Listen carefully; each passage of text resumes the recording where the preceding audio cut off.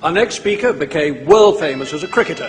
He captained the Pakistan cricket team for 10 years, longer than any other Pakistani captain.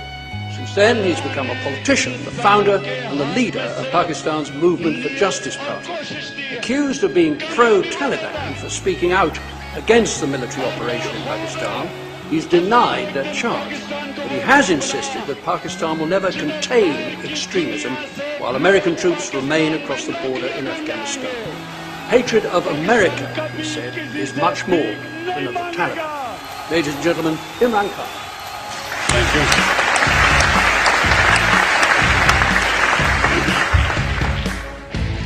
Well, Pakistan was introduced as the most volatile, dangerous place in the world.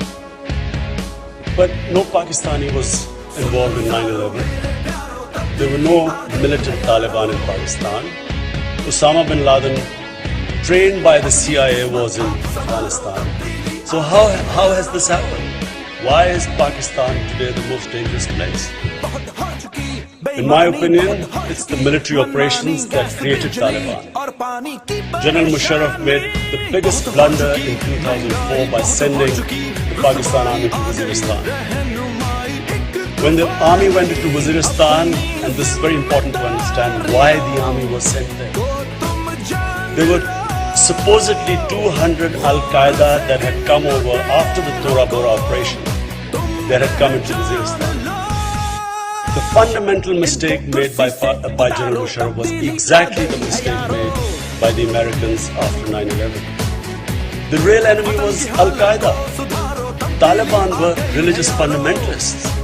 They had no capability of hitting Western targets. No Pashtun has ever been involved in international terrorism. Taliban were Pashtuns, not capable of doing anything outside Afghanistan.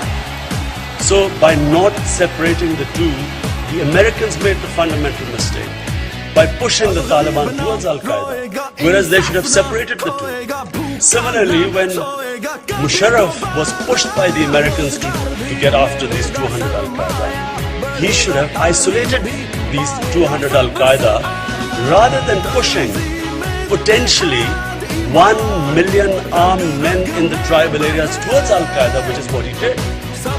So today, after the Waziristan operation started, at the same time there were these drone attacks in Pakistan. You hear about these drone attacks, that there's some sort of precision bombing going on.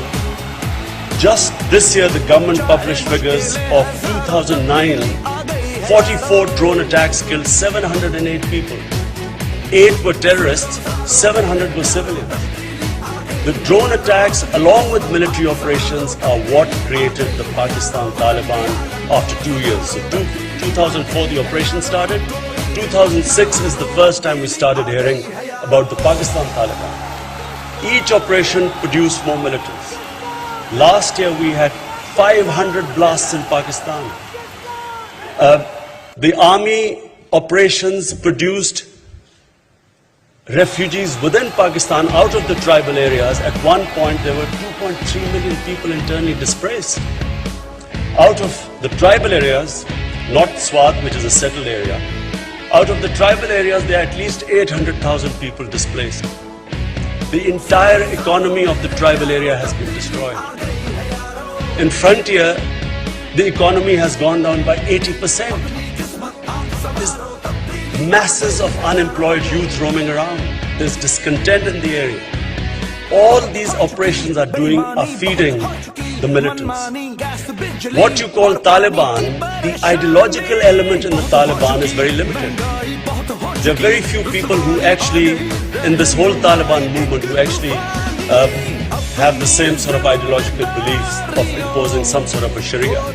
The majority are the tribal Pashtuns, who out of the reaction to this so-called collateral damage, and let me tell you, the insanity, the immorality of these military operations. The artillery guns firing from 30 to 20 kilometers away, firing into villages, F-16s, helicopter gunships. No concern about the number of women and children getting killed. Pakistan government hides these casualties because they're scared of public backlash. And all it is doing is is radicalizing our society. The youth, educated youth in Pakistan is getting radicalized. And the longer this insanity continues, the worse the situation is going to get. Exactly the same trend we saw in Afghanistan. 10% of Afghanistan was under Taliban in 2002. Today, 70% of Afghanistan is the Taliban-controlled rural areas. And exactly aerial bombardment produced militancy. So, in my opinion, there has to be a change of strategy. If Einstein defined madness as doing the same thing over and over again and expecting a different result, this is madness. All they're doing is that they're producing militants in Pakistan. And what no one is talking about, Sir Richard spoke about the Pakistan army, but how long is the army going to keep bombing its own people? And how long is this going to go on? And why will there not be a reaction within the army? 3 times there have been, once there was a coup against an assassination attempt against Musharraf. Once there was an attack within the GHQ, and then there was another attack near the GHQ in which a lot of Pakistani generals died. All 3 were inside jobs from the lower ranks. And the longer these operations continue, I'm afraid there's going to be no end to this militancy. From the Western point of view, people here must understand that your danger is not, the streets of Britain are not going to be safe because they have this action going on against the Taliban in Pakistan and Afghanistan. The danger is the radicalization of Muslim youth in the Western countries. The more you have this slaughtering that is going on, you don't know the true figures that are.